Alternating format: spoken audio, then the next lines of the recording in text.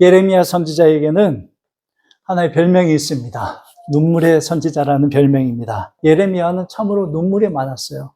그런데 예레미야가 눈물이 많았던 이유는 개인의 가정사 아니면 인생 때문에 그런 게 아니에요. 이스라엘, 자기 조국 때문이에요. 왜 예레미야는 조국을 생각하면 눈물을 흘렸을까요? 이스라엘이 하나님께 죄를 범했기 때문입니다. 그리고 이스라엘은 죄 때문에 멸망하게 돼요. 이처럼 멸망한 이스라엘에게, 또한 이스라엘 백성들에게 예레미야 선지자는 눈물로 나라의 잘못을, 이스라엘 백성들의 잘못을 지적하면서 하나님의 남은 징벌을 전달하고 있는 거예요. 그 징벌이 얼마나 비참하며 또한 그 하나님의 징벌을 우리가 견딜 수 있을까? 예레미야는 이 징벌을 전하면서도 우리가 이것을 믿음으로 이겨내야 돼, 끝까지 인내하자고 생각했을 것입니다. 그 이유는 늘 하나님의 징벌 뒤에는 소망이 따라오기 때문이에요. 예레미야는 늘 언제나 끝까지 인내할 수 있어, 참아낼 수 있어, 믿음으로 이길 수 있어, 소망 가운데 하나님의 징벌을 기다리고 소망을 바라보는 거예요. 그러나 생각과 현실이 어떻습니까? 반드시 일치하는 것이 아닙니다. 예레미야는 하나님의 징벌을 이스라엘 백성들에게 전달하면서도 소망도 마음 가운데 가지고 있었어요. 그런데 어떻습니까? 막상 하나님의 징벌하심이 조국에게 현실로 일어나자 현실은 달랐습니다. 하나님의 징벌은 참으로 가혹한 것이었습니다. 이스라엘의 3년의 기근이 들었습니다. 그 기근으로 굶어 죽은 시체가 거리에 넘쳐났습니다. 잔인무도한 바벨론 군인들이 어린아이로부터 늙은이에 이르기까지 무자비한 살육이 벌어졌습니다. 심지어 예루살렘 성전은 불에 타 잿더미가 되고 말았습니다. 견뎌낼 수 있는 그런 징벌이 아니에요. 그것을 눈으로 볼 때 인내할 수가 없는 거예요. 절망할 수밖에 없는 거예요. 비참한 현실을 눈으로 본 예레미야, 그 믿음이 흔들리고 있는 거예요. 우리도 살아오면서 어떻습니까? 우리의 현실이 육신에게 있어서 고될 때 어떻습니까? 믿음이 흔들리는 거예요. 신앙이 흔들려요. 삶이 흔들립니다. 잇몸이 약해지면 뭐가 흔들립니까? 이가 흔들려요. 잇몸이 약해지면. 그런 것처럼 우리 삶이 힘들어지면 우리 신앙이 흔들리고 우리의 생각이 흔들리고 우리의 하나님에 대한 마음이 흔들리는 거예요. 예레미야가 3장 1절을 한번 볼까요?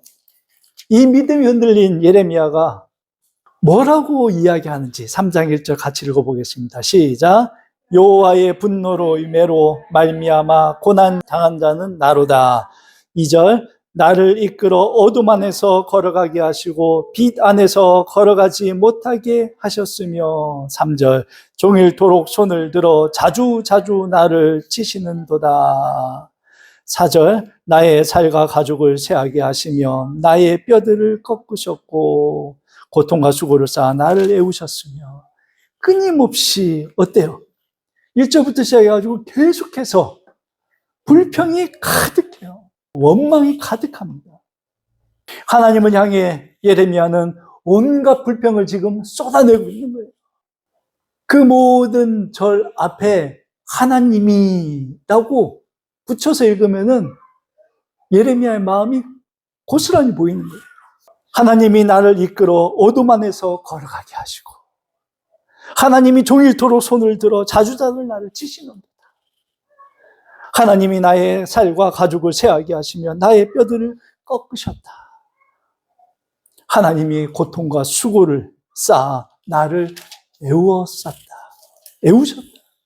모든 불평의 근원을 하나님에게 두는 거예요.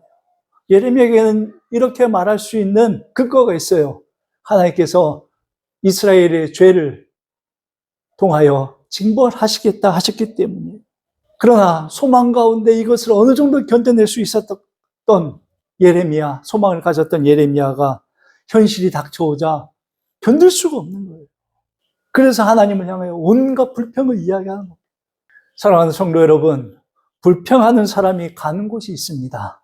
불평하는 사람이 결국에 도달하는 곳, 18절입니다. 스스로 이르기를 나의 힘과 여호와께 대한 내 소망이 끊어졌다 하는도다. 결국 여기에 이르는 거예요. 자기 스스로 말하기를 나의 힘과 여호와께 대한 나의 소망이 끊어졌다. 여기가 바로 불평하는 사람, 원망하는 사람이 도달하는 곳이에요.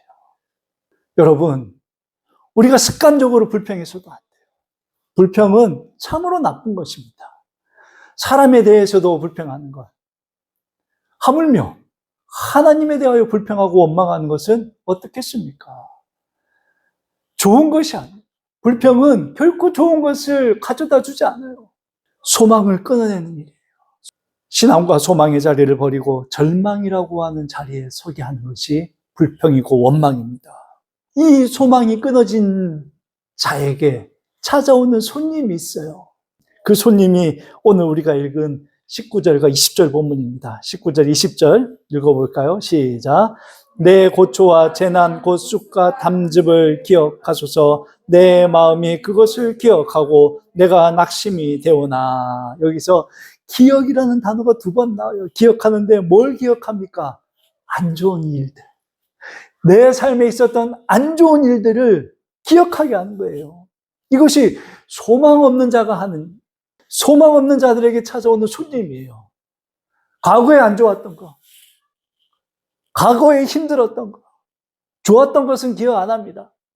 사람에 대해서도 그래요. 어떤 사람에게 불평을 가지고 원망만 있을 때 어때요? 그 사람에 대한 과거의 기억은 나에게 안 좋았던 거, 나를 아프게 했던 거, 나를 힘들게 했던 거, 그것들을 기억하게 하는 거예요. 이것이 불평하는 사람이 쓰는 소망이 끊어진 자리에서 찾아오는 손님들이 끊임없이 이것들을 되새김질하고 기억하고 심지어는 하나님께 내가 이와 같은 것들, 안 좋은 것들 하나님께서도 기억해 주세요. 나도 기억하지만 하나님도 기억해 달라 말하는, 잊고 있었던 과거의 죄, 나를 아프게 했던 과거의 사람, 경험, 부끄러운 일들이 다시 기억나게 하는, 이러한 기억들은 불평과 원망 가운데 소망이 끊어진 듯한 그 자리에 있던 사람을 더 깊은 어두움의 수렁으로 빠져들게 만드는 거예요. 이것이 마귀가 주는 달콤한 유혹이에요. 그럼 어떻습니까? 우리가 입술을 날 힘들게 했던 원망스러운 사람, 우리가 막 불평하고 사람에게 저주하고 그러면 어때요? 내 마음이 어때요? 속이 시원하잖아요. 이제 좀 속이 시원하네. 이제 좀 속이 시원하네. 그러잖아요. 근데 진짜 속이 시원해집니까? 더 깊은 수로 더 미워하게 되고. 근데 이게 그렇게 하면은, 그렇게 한번 쏟아내면은 편해질 것 같지만 오히려 더 영적으로 더 깊은 수렁, 또한 그 사람과 나의 관계에 있어서 더 깊은 수렁으로 빠지게 만든다는 거예요. 우리가 이것을 알아요. 사람과의 사이에서도 그래요. 그런데 하나님과의 사이에서는 어떨까요? 하나님을 향하여 불평과 원망이 가득할 때 영적으로 깊은 수렁에 빠지는 것입니다. 우리가 이것을 기억해야 돼요. 따라서 오늘은 습관적으로 불평하고 원망하는 거 늘 언제나 조심해야 돼요. 바라옵게든 이와 같은 불평하는 말, 원망하는 말, 우리 시온교회 온 성도들의 입술에는, 혀에는 담기지 않기를 주의 이름으로 축원을 드립니다. 무슨 일이 있든지 어떤 사람이든지. 그래서 원수까지도 사랑하라. 용서하라. 우리가 용서하고 사랑하는 자를 향하여 불평하거나 원망할 수는 없는 거지. 예레미야가 영적으로, 신앙적으로 지금 포기할 정도로, 소망이 끊어질 정도로 상황에 처해 있습니다. 절망에 빠져 있어요. 예레미야가 모든 것을 포기하려는 순간 누가 이 예레미야를 그 자리에서 건져내십니까? 하나님이세요. 하나님이 그 사람을 건져내요. 하나님이 어떻게 건져내십니까? 22절 말씀입니다. 여호와의 인자와 긍휼이 무궁하심으로 우리가 진멸되지 아니함이니이다. 아멘. 여호와는 인자와 긍휼이 무궁하십니다. 하나님께서 예레미야에게 하나의 소망의 빛을 비춰주세요. 그 소망의 빛이 23절과 24절입니다. 같이 읽겠습니다. 시작. 이것들이 아침마다 새로우니 주의 성실하심이 크시도소이다. 내 심령에 이르기를 여호와는 나의 기업이시니 그러므로 내가 그를 바라리라 하도다. 아멘. 절망에 빠져서 하나님과의 모든 소망이 단절되고 끊어질 것 같은 그 순간 여호와 하나님께서 인자하심과 긍휼하심을 보여주시고 성실하심으로 하나님을 다시 바라볼 수 있는 힘을 주신, 이것이 은혜의 빛이에요. 이것이 하나님의 자비의 빛이에요. 아침마다 새롭게 하나님의 말씀이 아침마다 새롭게 된다는 것은 무엇을 의미합니까? 날마다 하나님의 말씀이, 소망의 말씀이 다시 새롭게 내 마음속에서 일어나는 것이에요. 신앙의 깊은 잠에 빠졌던 성도가 교회를 떠나 세상의 쾌락에 빠져 살던 그 영혼이 어린 시절 주일학교에 잠시 다니며 들었던 그 말씀이 그날 아침 새롭게 주일학교 선생님의 말씀이, 예배 시간에 들었던 그 말씀이 그날 새롭게, 그 하나님의 성실하심, 절망에서 소망의 빛이 이 영혼에 비친 거예요. 그러자 어떤 변화가 일어났을까요? 이 새로운 말씀의 놀라운 활력이 어떻게 예레미야를 변화시킬까요? 29절입니다. 그대의 입을 땅에 티끌에 댈지어다. 혹시 소망이 있을지로다. 아멘. 여기에 보면 그대의 입을 땅에 티끌에 댈지어다. 이게 무슨 모습일까요? 엎드려서 머리를 땅에 박고 뭐 하는 거예요? 기도하는 거예요. 하나님께서 하나님의 말씀으로 내 마음속에서 떠나 있었던 것 같던 그 말씀들이, 사라졌었던 것 같던 그 말씀들이 생각날 때 그 말씀이 이 사람을 어디로 끌고 가는 거예요? 그 영혼을, 얼굴을 땅에 쳐박고 하나님께 기도하는 거예요. 무엇 때문에? 하나님의 소망이 나에게 다시 한번 소망이 꽃피우기를 기도하는 거예요. 죄에서 구원받은 자, 절망에서 구원받은 자가 하나님께 할 수 있는 것이 이거예요. 감사하는 기도, 찬양하는 기도, 영광을 하나님께 드리는 기도, 소망을 소망하는 기도. 예레미야의 삶은 기도하는 것에 멈추지 않습니다. 30절 말씀입니다. 자기를 치는 자에게 뺨을 돌려대어 치욕으로 배불릴지어다. 아멘. 하나님께서 징벌하시어 수많은 고초 가운데 있습니다. 사람들이 굶어 죽고 이방 나라의 칼에 수많은 생명들이 목숨을 잃고 예루살렘에 불타 없어지는 그때, 그럼에도 불구하고 예레미야가 어떻게 하는 거예요? 그 하나님의 일하신 가운데서 그 일을 받아들이며, 그럼에도 죄를 짓지 아니하고, 어떤 죄일까요? 불평과 원망을 하지 않는 거예요. 내 뺨을 치는 자에게 내 뺨을 다시 내어주며 오히려 그 일이 그 사람에게 치욕으로 돌아갈 수 있도록, 더 이상 불평하지 않는 예레미야, 원망하지 않는 예레미야. 오히려 그 일을 통하여 하나님께서 우리를 어떻게 하신다? 지키시고 보호하시며 버리지 아니하시고 우리를 붙잡아 주시는 그 하나님을 소망하고 있는 이 삶의 변화가, 기도하는 자는 이 삶의 변화가 있어야 돼요. 예수 믿는 자는 이런 변화가 있어야 돼요. 마치 오늘 아침 우리가 나누었던 두 행악자 중 한 행악자처럼 그 인생이 순식간에 변하잖아요. 예수를 비방하는 일에 동참했던 그가 예수를 변호하고 예수를 증거하고 하늘나라를 소망하는 그런 자로 바뀌었잖아요. 거듭났잖아요. 이 삶의 변화.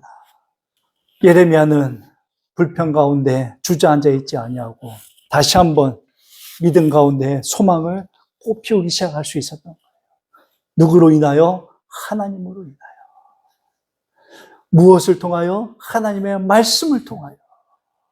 우리는 이러한 예레미야의 변화의 모습을 보면서 우리 하나님께서 일하시는 방법이 얼마나 불가사의한지 보게 됩니다.